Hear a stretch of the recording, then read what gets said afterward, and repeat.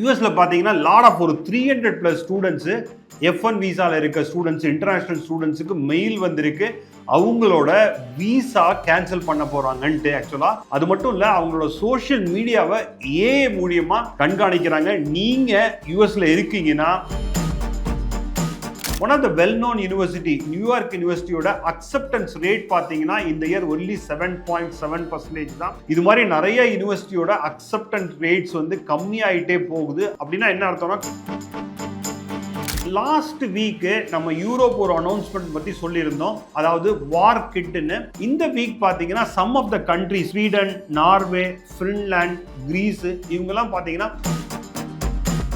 நான் நிறைய தடவை சொல்லியிருக்கேன், காம்படிஷன் ஏஐ பொறுத்த வரைக்கும் ஏஐ தெரிஞ்சவங்களுக்கும் ஏஐ தெரியாதவங்களுக்கும் தான் காம்படிஷன். பட் ஸ்ரீதர் வேம்பு சார், ஜோகோவோட ஃபவுண்டர், என்ன சொல்லியிருக்காருன்னா,